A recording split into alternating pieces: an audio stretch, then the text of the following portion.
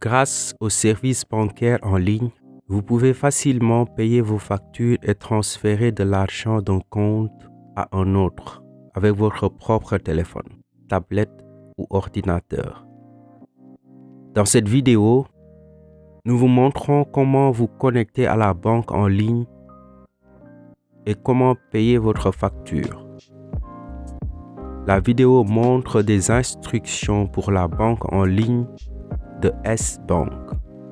Mais toutes les banques en ligne fonctionnent bien sur le même principe. Veuillez noter que vous devez avoir des informations d'identification bancaire en ligne. Les identifiants bancaires en ligne sont les identifiants numériques reçus de la banque et éventuellement un mot de passe.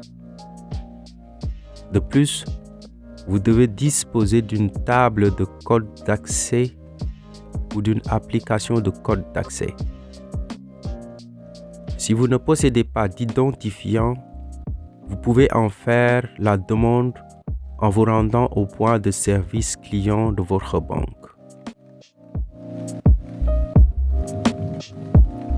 Tout d'abord, entrez le nom de votre banque dans la recherche. Dans ce cas, nous tapons dans la recherche S-Bank. Sélectionnez les pages de S-Bank. Appuyez sur le cercle vert, puis sur le bouton orange. Accéder à la banque en ligne. Avec cette vidéo, nous nous connectons avec un tableau de code d'accès. Vous avez peut-être reçu un tableau de votre banque. Appuyez sur l'option avec tableau des chiffres clés. Cependant, si l'application de code d'accès est installée sur votre téléphone, ouvrez-la d'abord. Si vous avez une application de code d'accès, vous pouvez vous connecter en tapant votre nom d'utilisateur sur la page et en suivant les instructions de l'application. Maintenant, nous examinons la connexion avec une table de code d'accès. Saisissez ici le nom d'utilisateur que vous avez reçu de la banque. Dans le deuxième champ, vous entrez le mot de passe qui correspond à votre date de naissance. Lors de votre première connexion, il est en chiffres sous la forme du jour, du mois et des 2 derniers chiffres de l'année.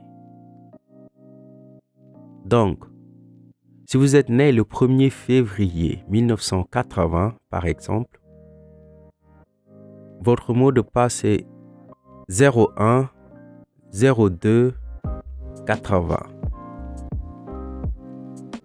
Entrez donc ce numéro la première fois que vous vous connectez.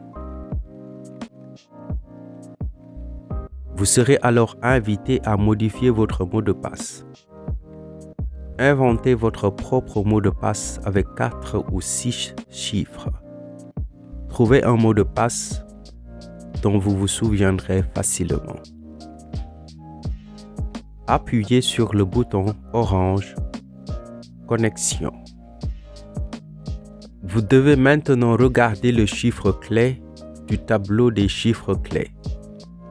Par exemple, si le nombre demandé est B10, vous devez regarder quel numéro se trouve à l'intersection de la colonne B et de la ligne 10.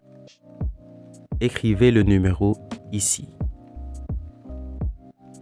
Vous recevrez toujours une confirmation par SMS sur votre téléphone. Si vous n'avez pas fourni votre numéro de téléphone à la banque, vous recevrez des instructions. Si vous avez reçu un code sur votre téléphone, regardez-le et entrez-le dans le champ prévu à cet effet. Cliquez ensuite sur Connexion. Il vous sera demandé si vous souhaitez que le navigateur enregistre votre mot de passe. Les identifiants bancaires ne doivent pas être déposés. Appuyez sur l'option de gauche « Jamais ». Ici, vous pouvez voir votre compte et votre carte de débit. Cliquez sur un compte pour voir ces événements. Ici, vous pouvez voir votre numéro de compte et il y a beaucoup d'argent sur votre compte. Ici, vous pouvez voir ce qui se passe dans votre compte quand vous dépensez de l'argent depuis votre compte. Le montant est alors précédé d'un signe moins. Vous verrez également si vous avez reçu de l'argent. Le montant est alors précédé d'un signe plus. Vous pouvez également voir de qui vous avez reçu de l'argent et à qui vous avez transféré ou vous avez utilisé l'argent sur votre compte. Voyons comment vous avez payé la facture. Cliquez sur Paiement, puis sur la première option Nouveau paiement.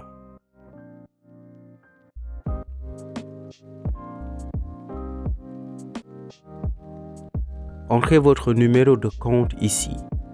Vous pouvez le trouver sur la facture dans la section A de la facture.